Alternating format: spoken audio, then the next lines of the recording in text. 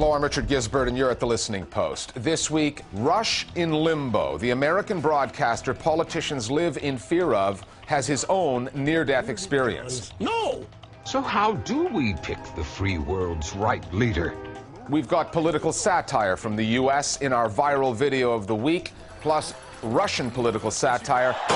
It's back from the Gulag via the World Wide Web. And Somalia, the deadliest beat in African journalism. We begin with a story about media and politics, a uniquely American tale that could well have an impact on the race for the White House. In the space of less than a week, one of the most powerful voices on the American airwaves, Rush Limbaugh, has gone from talk radio titan to a toxic brand from which advertisers are fleeing in droves. Limbaugh went on the air to assail a university student, a woman, who lobbied Congress on the issue of birth control, which she argues should be covered by her health insurance. Limbaugh's subsequent attack on Sandra Fluck was shockingly crude, and it was sustained. The liberal blogosphere fought back on the woman's behalf. President Obama weighed in. Everybody called out Limbaugh for his bullying, except the Republicans running for president. Then they were criticized for cowering, fearing the wrath of Rush and the enormous influence he has with Republican voters. Our starting point this week is Washington, and what some are calling a potentially pivotal media moment in this year's presidential election. Please proceed with your testimony as you wish, Miss Sandra Fluke. She's having so much sex she can't afford the contraception. What Rush Limbaugh said was wrong on so many levels. It makes her a slut, right? The language that he used in this case completely crossed the line. Makes her a prostitute. She wants to be paid to have sex. His remarks were so uncalled for, so beyond the pale. And in the war on women. Now we're in this second phase of the story, and it's become kind of a national controversy. To begin with Rush Limbaugh. And it's not Limbaugh's first. The talk show host provokes controversy, courts it, and revels in it. He once called Barack Obama Barack the Magic Negro. Don't put the magic Negro in. He called Chelsea Clinton the White House dog.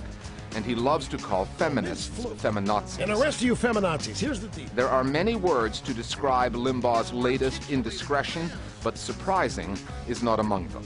The first thing that went through my mind was, well, this is typical Rush Limbaugh. It's really not different from some of the crazy things that he said in the past. So I wasn't surprised at all.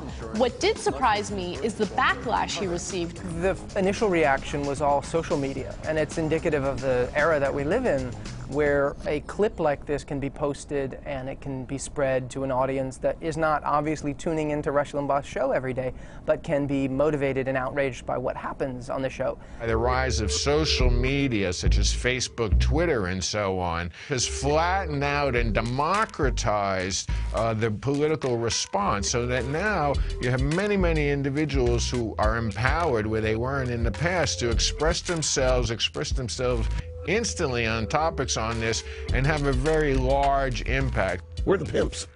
This is not just about a talk radio host going too far on an issue that's political. It's bigger than that because of who Rush Limbaugh is and the political power that he wields. No, it's the opposite.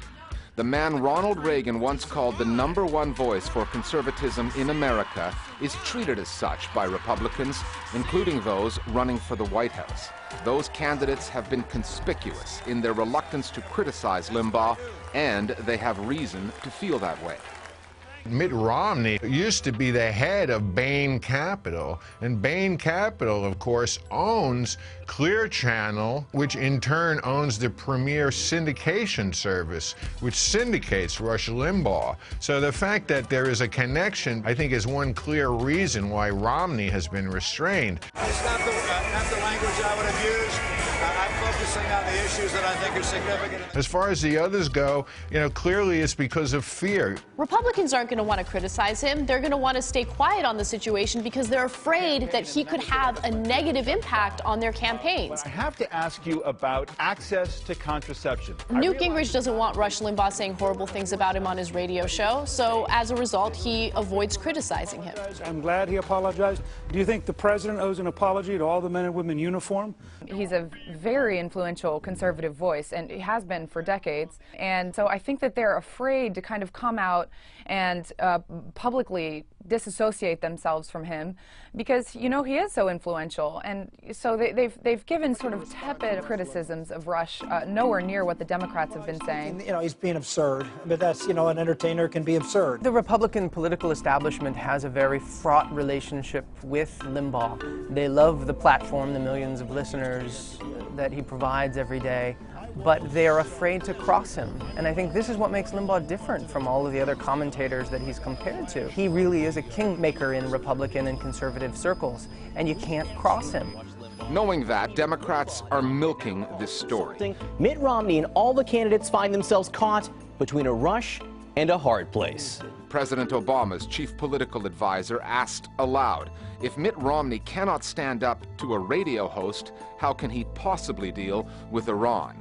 And an army of Democratic voices on the web is going after Limbaugh indirectly, through his advertisers. It was their campaign, coordinated by the liberal site Media Matters, which is backed by financier George Soros, that coaxed a quasi-apology out of a man not known for contrition.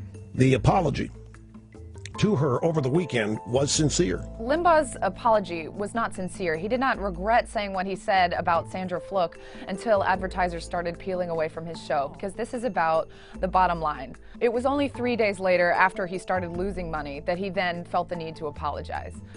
So it's clear what his intentions are here and what's behind his apology. We're not calling for these people to be taken off the air. We're simply going to the various companies that are involved and saying, will you stand with us against this sort of despicable hate speech? And what we're finding is that when you put it in those terms and say, look, you can advertise on Rush Limbaugh's program if you want to, but I will never buy another product made by your company if you do so, that has a lot of resonance.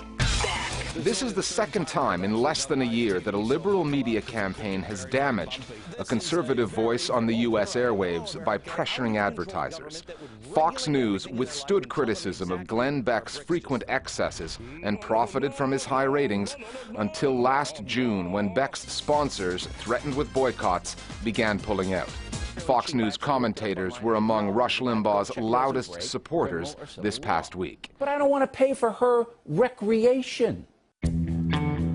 The speed with which advertisers have abandoned Limbaugh has some liberals who backed the boycott movement feeling vindicated about their tactics. But this is just another battle in a never-ending war for political power in the U.S., and boycotts are a weapon available to both sides.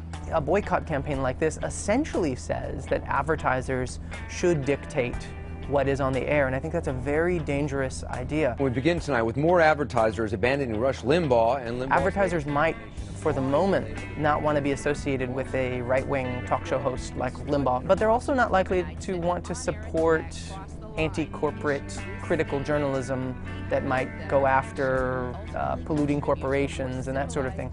So it is a very difficult debate to sort of engage in, but right now it is the avenue that these activists have chosen to put some pressure on Limbaugh, and it appears to be having some success, at least for now. Some success. Rush Limbaugh, however, will survive. He will live to talk another day. The question is, has he unintentionally harmed the party he backs? Will Mitt Romney or any God-fearing Republican nominee be weakened in the eyes of voters, particularly women, by refusing to stand up to the high priest of American talk radio? We'll see about that. Our Global Village Voice is now on the media side of the American political story. A lot of people are attracted to bad boys. They get a secret thrill out of watching them do crazy, crude, and rude things, and they cheer for them when they get away with their bad behavior. And right now, Rush Limbaugh is the Republican Party's bad boy. They love him. They love all the nasty things he says and gets away with, and the guys running for the Republican nomination know that they're not going to win any votes by standing up to Rush and spoiling the fun. Rush Limbaugh has built an empire on conservative punditry for decades. His influence on the Republican Party is being displaced by Fox News and the myriad of conservative blogs online. And in this particular incident, Limbaugh once again proved himself to be a has-been trying to bring attention to himself on a fading media platform. We're always on the lookout for new faces for the program. If you'd like to share your thoughts on the media as one of our Global Village voices, you can connect with us on Facebook or Twitter, where we will let you know what stories we're working on, or you can just get in touch with us via email. We're at listeningpost@aljazeera.net. And don't forget our free video podcast. It's on iTunes. Just go looking for the Listening Post, Al Jazeera English, and you'll find us there. Time now for Listening Post News Bites. There's been a development in the online censorship story from India that we featured last week. A criminal case against Yahoo India, in which the web firm was accused of hosting objectionable material, has been thrown out by the High Court in Delhi. Journalist Vinay Rai of Akhbari, who's become known as the censorship czar because of his stance on monitoring the net, provoked a legal case taking Yahoo and 20 other internet firms to court for allegedly hosting material that could cause communal unrest. However, the court threw out the case after Yahoo argued that there was no document that proved it had violated any law. The case is part of an ongoing battle centered around censorship, freedom of expression, web users, and the state. Last year, Communications Minister Kapil Sibal met with officials from Google, Facebook, and other websites and told them that the government would introduce guidelines to ensure material deemed blasphemous did not appear on the internet. 2 months ago, Google and Facebook complied with the order to remove objectionable content. The criminal case is no longer, but there is still a civil case before the courts, and critics are claiming that this clampdown has more to do with protecting politicians from criticism than anything else. The Obama administration has stepped into the media battle in Syria. The U.S. Treasury Department has hit a Syrian broadcaster with economic sanctions, accusing it of aiding the government's crackdown on protesters. The sanctions target the General Organization of Radio and TV, a part of the government's Ministry of Information, and bars any American from dealing with the organization. In a statement, the Treasury Department said the broadcaster has served as an arm of the Syrian regime as it mounts increasingly barbaric attacks on its own population and seeks both to mask and legitimize its violence. By taking this action today, the Treasury is sending a clear signal that it stands with the Syrian people. Syria's official news agency, Sana, hit back at the sanctions, accusing the U.S. of violating press freedoms. It said the U.S. position betrays the false Western discourse and proves that the principles of press freedom and democracy touted by these powers are only slogans they use to serve their interests and political agendas. A Libyan militia group, which detained 2 British journalists last month, has now accused the men of espionage. Gareth Montgomery Johnson and Nicholas Davies were said to be working for Iran's state-owned English-language news channel Press TV. They were arrested on February 23rd by a militia based in Tripoli. The militia's commander has said that the men did not have Libyan entry visas, that they possessed government documents and medical supplies normally used by the Israeli army. The journalists have been accused of carrying photographs in which they appear to be firing guns. Human rights group Amnesty International has called for the Libyan government to take custody of the men. The militia says it is willing to transfer the prisoners, but only after the militia has completed its own investigation. Earlier this year, we reported on the murder of Somali radio journalist Hassan Osman Abdi outside his home in Mogadishu. Just over a month later, 2 more journalists have been gunned down in that country. On February 28th, Abukar Hassan Mohamud was shot and killed in his home in Mogadishu.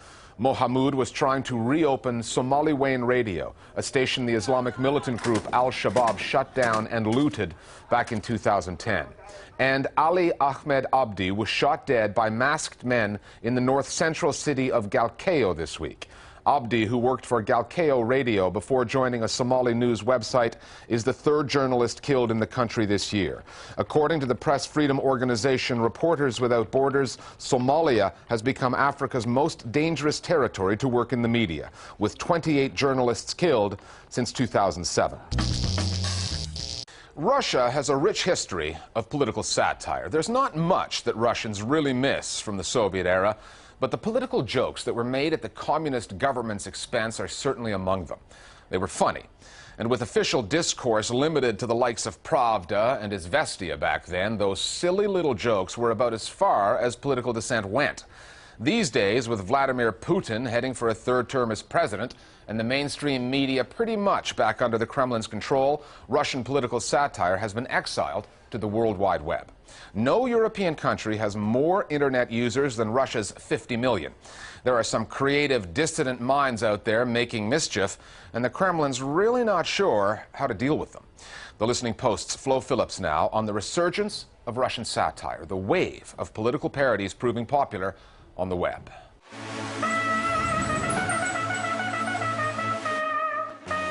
Who said political satire on Russian television is dead? Not your typical view of the US president and his right-hand woman. Mutlishnosti is a hugely popular satirical animation show on Russian state television. Its protagonists, Silvio Berlusconi, the German Chancellor, even the French president, all occasional visitors to the Kremlin, not anyone who actually runs it.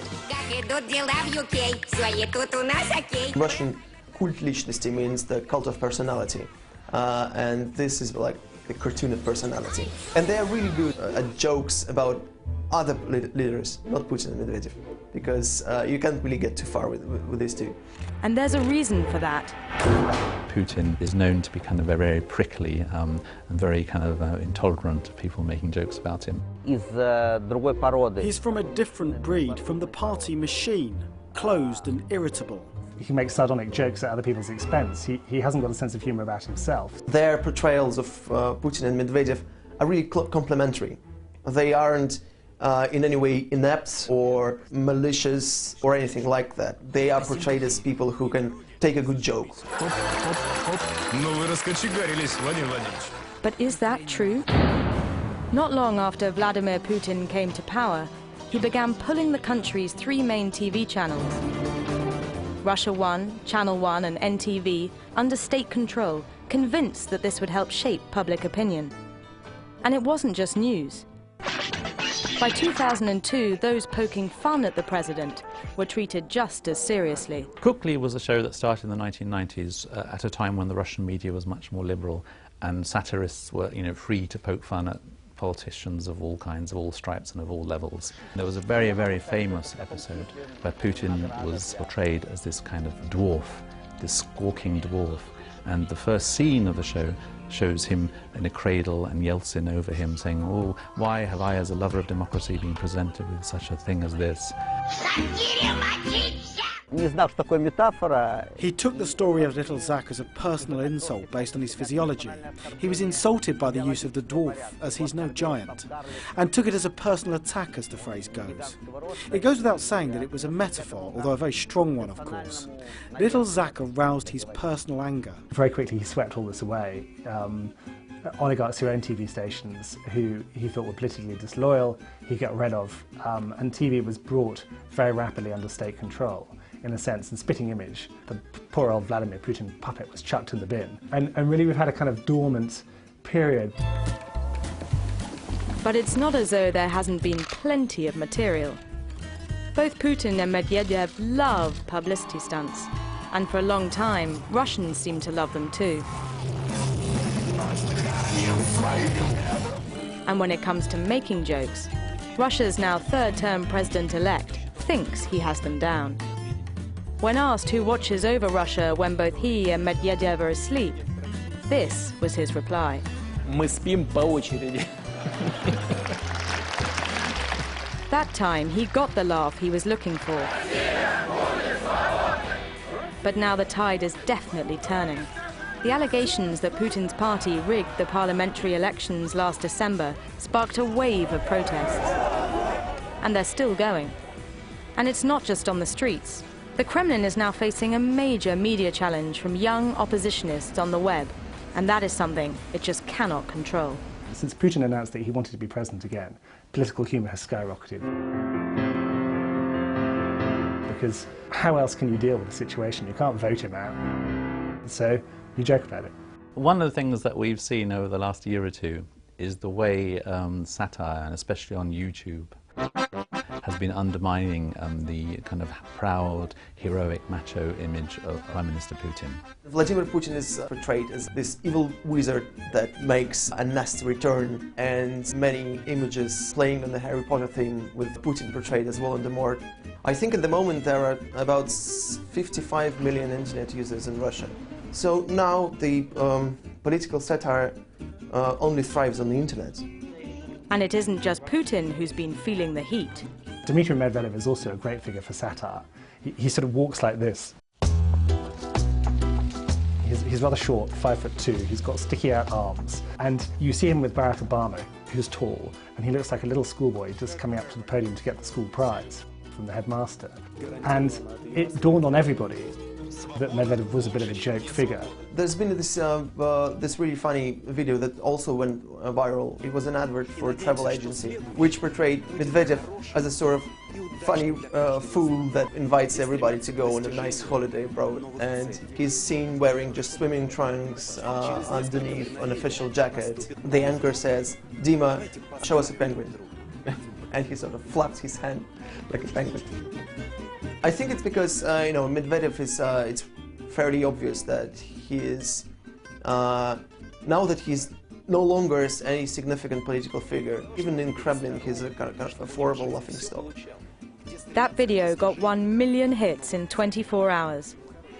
If there is a group driving this internet revolution, it's the urban middle class, young and well-educated. Their viral videos express a biting, satirical view of Russia's presidential race. But while Putin may have beaten his competitors, he now faces a much bigger challenge.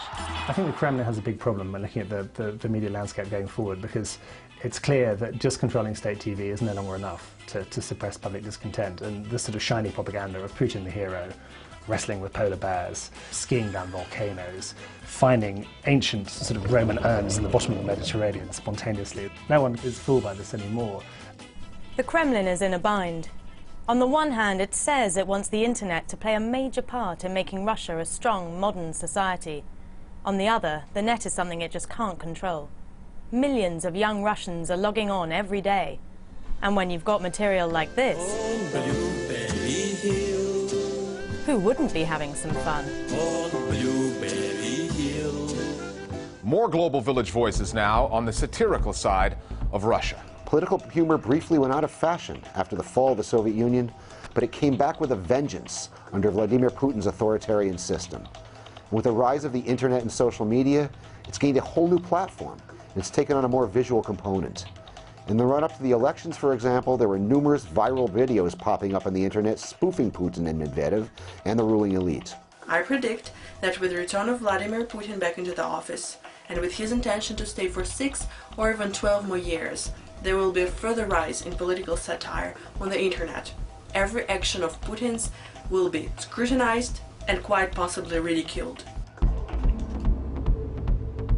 Finally, it is difficult to believe that after so many debates and primaries, so many political ads aired, so much campaign money spent, America is still 8 months away from choosing its next president. This marathon is exhausting enough for voters, and it's made more difficult by the nature of the discourse, some of the trivial issues that dominate debates. Mark Fiore is an online cartoonist from San Francisco, and he is unimpressed. His summary of what the candidates are talking about, as opposed to what they should be talking about, is our web video of the week. We'll see you next time at The Listening Post. In the land of plenty that's top of the heap, a race is run to pick the best chief. A nation with power and wealth refined, more shooters and boomers than the rest combined. Not to mention the countless who die in the bush, blown up, raped, or starved by a madman's cruel push. Back here, our economy's like a beached jellyfish. Budget cuts and austerity, the international dish. So how do we pick the free world's right leader? Why, by talking about sex. Is it only for breeders? It's all about who does what in the bed, and whose hair looks best atop their smart head, and who did the greatest at hosting some sports, and who got timeshare at moon colony resorts, And who slept with whom and how many they made. It's a sign of a leader the more kids are displayed. Did you really tie your dog to the family car roof? Looks like a birth certificate, but show us some proof. The fate of the world is decided, you see, by who gets the best zinger in debate 403.